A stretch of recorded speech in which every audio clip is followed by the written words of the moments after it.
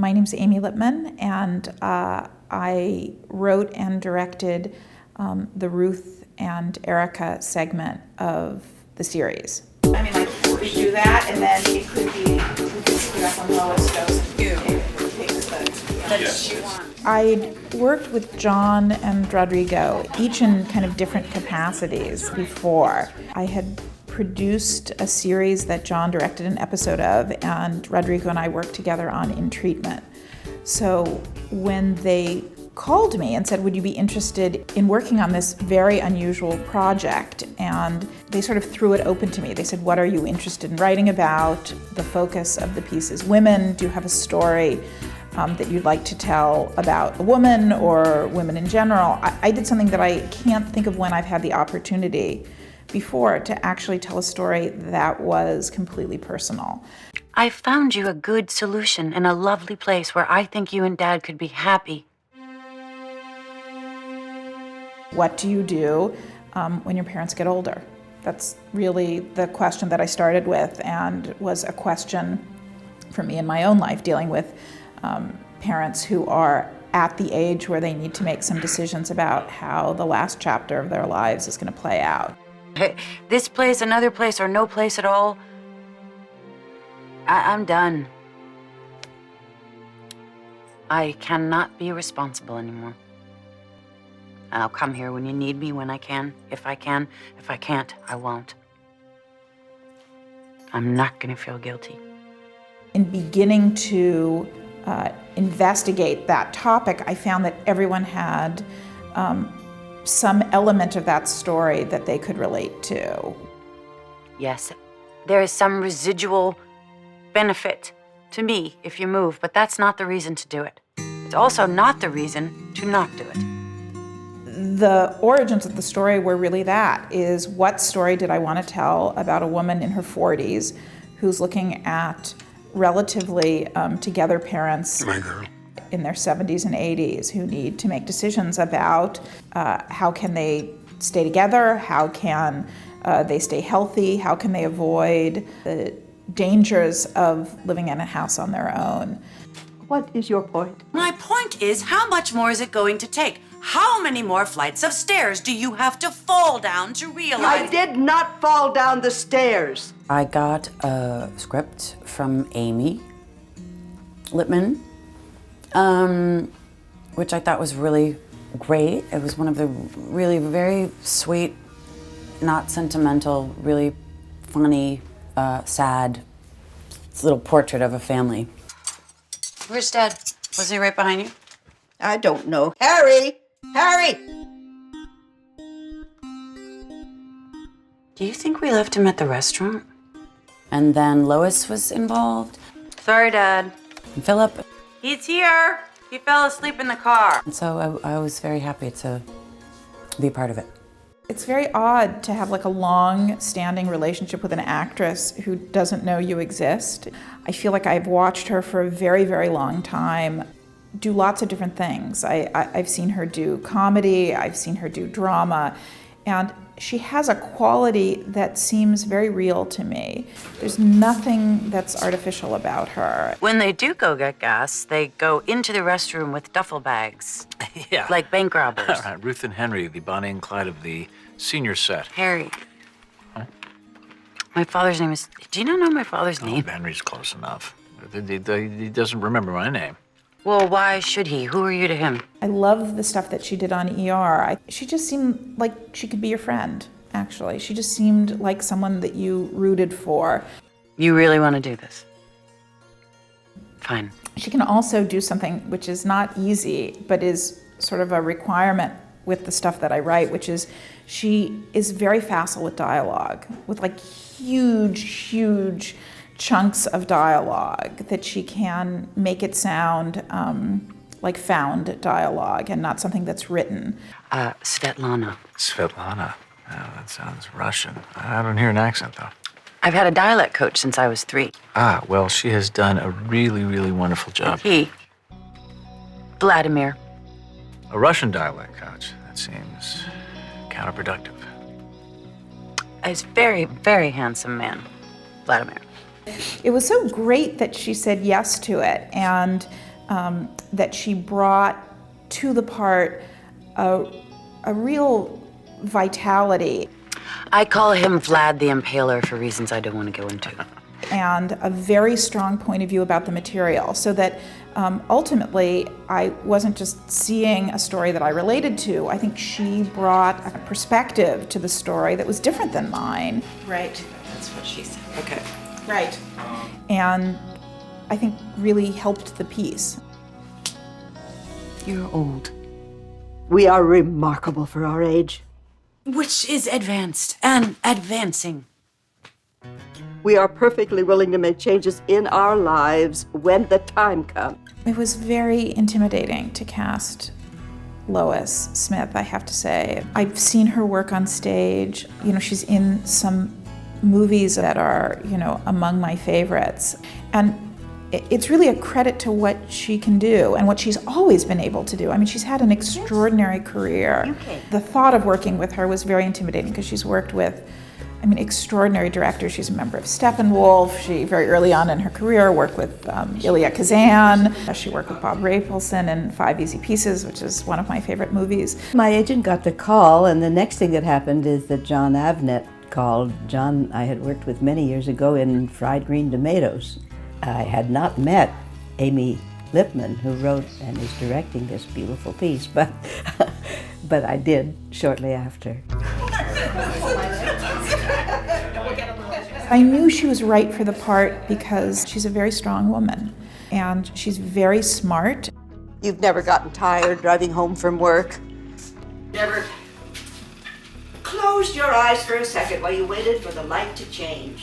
And I think she brings that strength and intelligence to every role she does. Something is going to happen. Stop saying that. It is! First of all, the writing is so good so that the people are so genuine and surprising, and the scenes are really fun.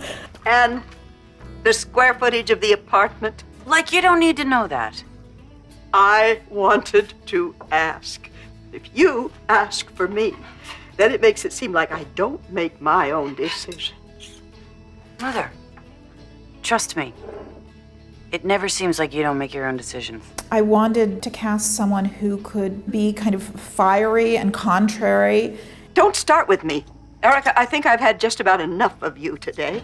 And difficult and a little capricious. 8 more. And 8 and 7. Good job, Ruth. And 3 and 2 and 1. She was always going from 7 to 3. Counting down accurately is very important to seniors. Your father's confused enough. And sarcastic and warm and compassionate. What would you do differently if it weren't for me? A woman who is still in love with her husband. She did all of that and more. I mean, she really thought about the work. She thought about everything this character did. She really did a huge amount of preparation. And so on the set, every question she asked me was relevant and helpful, and we had long conversations about what Ruth intended in a certain scene, and all of that pushed me to think much harder about who these characters were than I would have had I cast an actress who was not as committed to really creating a fully realized character. She's really great.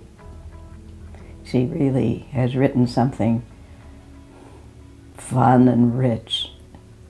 And it keeps unfolding, which is such a pleasure for an actor. Well, I am never joining a stupid flower-making club.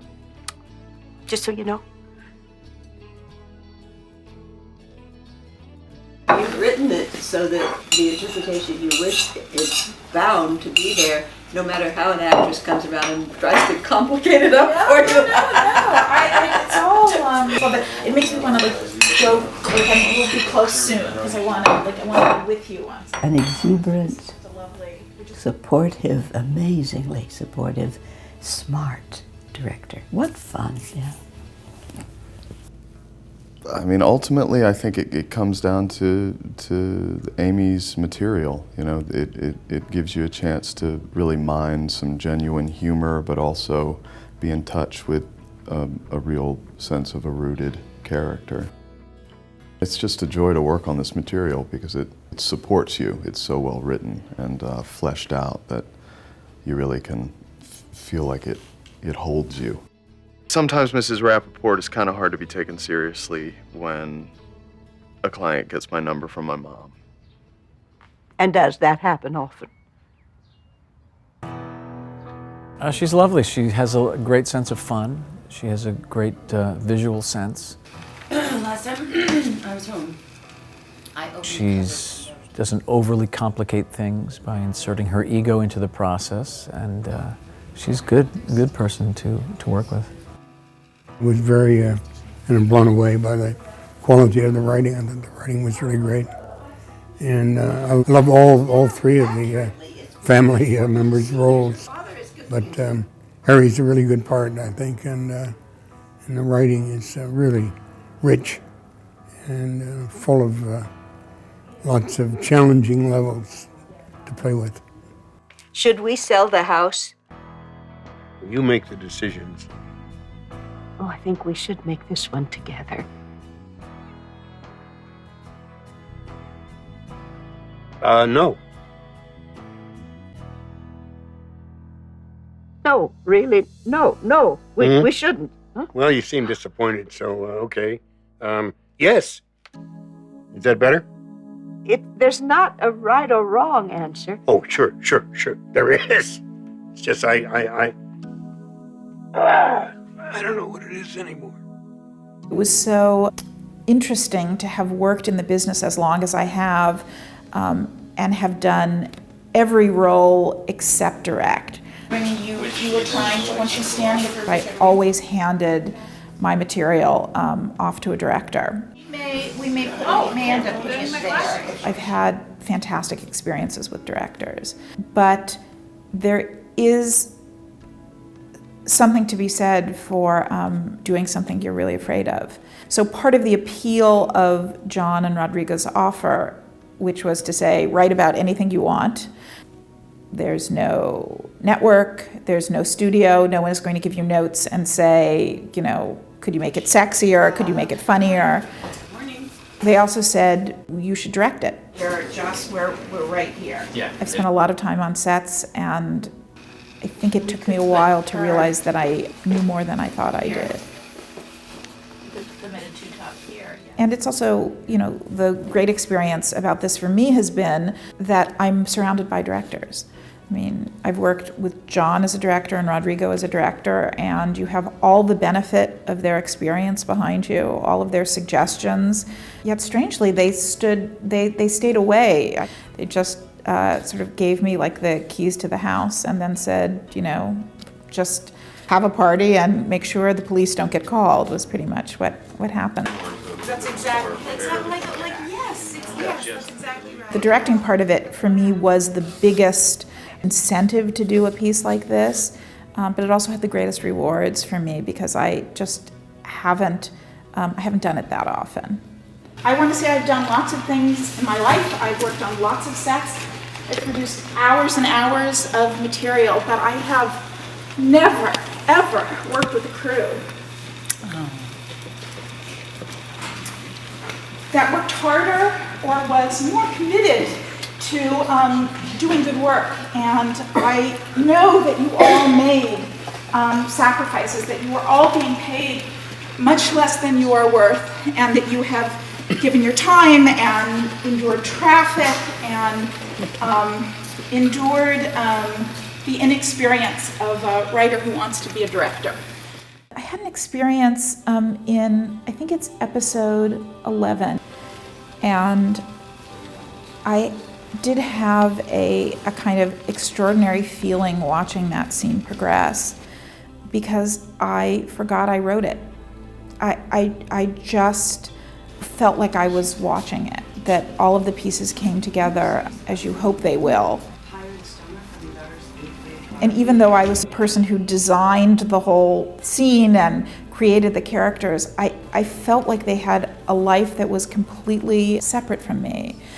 And it's funny, I actually called Rodrigo after we wrapped that day, and I said to him, I had this experience that was just like this kind of rhapsodic experience directing the scene, is this what it is? Is this what it is? And he said, it is if you're lucky. Thought, this is the reason to do it. This is the reason to do it, is to have this feeling. And cut. And cut.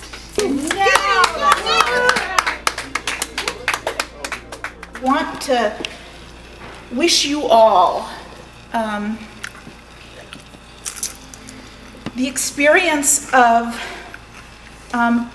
the opportunity to put something out in the world that matters a lot to you personally, which is in and of itself a fantastic experience. But what makes it extraordinary is when complete strangers in your life, complete strangers, are behind you and holding you up and really want to make your work better. So I wish that all for you. My son is here, and I want more than anything for him to know that these things can happen, that you can meet extraordinary people who are really committed to doing good work under very hard circumstances. So thank you all very much. It's been really the experience of my life. Thank you. Yay!